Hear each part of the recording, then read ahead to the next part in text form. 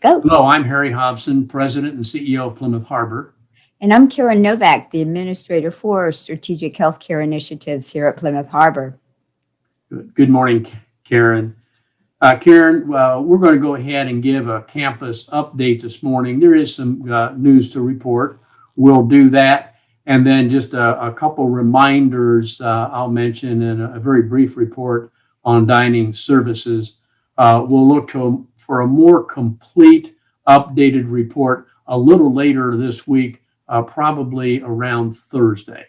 But let's go ahead with our campus update today. Well, it's been a busy weekend, Harry. As you know, we have 0 team members that are positive, but we do now have 1 resident that is positive. This resident went off-site to a restaurant of our residents here at Plymouth Harbor. So we're going to keep an eye on those 3 residents. We're going to keep them in their apartments until we test them, which will be day 4 after the exposure. And that's tomorrow. So we'll test those residents, identify whether they're positive or negative, and act accordingly. But interestingly enough, that 1 resident that tested positive on Sunday, actually, they did a repeat test and the test came back negative.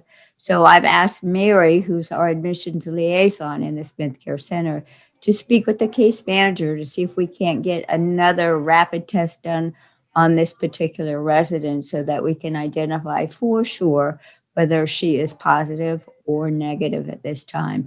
We're going to err on the side of caution so that we understand fully what this resident has as far as medical diagnosis, and we'll want to plan accordingly to be able to provide her the very best care that we can. Karen, you're absolutely right. It was an extremely busy weekend. Yesterday, which was Sunday, proved out. But what I want the residents, our team members, and the families to know really how impressive it was this weekend. You know, once we became aware of that situation, how the team totally embraced it. You did a wonderful job as far as coordinating the efforts, working with the hospital and with Mary, our liaison to the hospital, making sure our resident there was fine. How we were then able to, back here at Plymouth Harbor, tend to immediately those folks that joined our resident off campus for dinner that evening. But it's very impressive, and I'm very confident that we're going to come out okay on this. So thank you, and to all of our team members this weekend for handling just beautifully. And I did have an opportunity as well to speak with the physician, and he was very pleased with our response to this. Yes, it took the whole village this weekend, and believe me, that village was right there. But all the more reason, you know, we're being out, nobody had their masks on. So this is more supporting data for all of us to keep that mask on when we are out and about. Now, I know you can't use it when you're eating dinner, breakfast, or lunch, but the majority of time that you're at the table conversing with your friends, please remember, put your mask on. It's going to help. You know, that can be very challenging. And I know if you're in a sitting with 2, 4, or more people at a table at a restaurant with the chatter going on around, even sometimes there's even some background music, there's a tendency to raise your voice. And of course, you know what happens when that happens. Absolutely. So, okay. Just a couple other things, Karen, for this update. I did speak with Curtis Corneo, our Director of Dining Services. Things are going well right now in the Mayflower dining room. Minor bugs are continuing to work out, but the residents are very pleased. We increased the number of 4-toppers, which has helped us with our social engagement, so we're happy with that.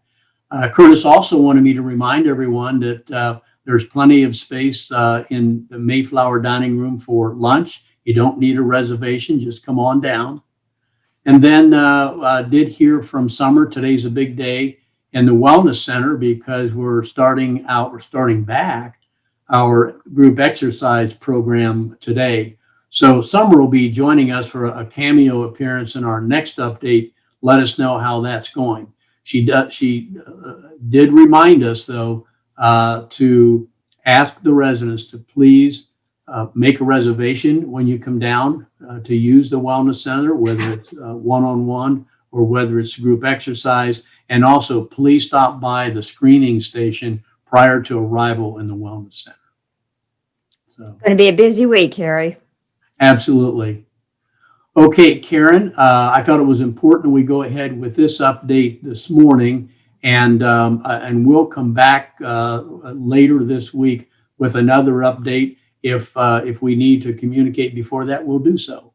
So, Absolutely. Karen, I think that's it for this video, so I'll turn to you. In the meantime, please remember to keep that 6-foot perimeter all around you. And again, it's okay to ask people to back up and step away. We want to remind you, hand hygiene, washing your hands is the best way to prevent that infection from happening. We also want to remind you today, especially, please remember to wear your mask. This is the tool that's going to help us, all of us, break that chain of infection. So when in doubt, put it on. We're going to use our mask. You know, Karen, we've done probably a little over 100 of these videos, I think, at this point. And even though at the close of each video, you remind us of social distancing, et cetera, every time we do this, it just seems it just becomes more meaningful. So thank you for that. So this video is over, so it's now time to don our masks.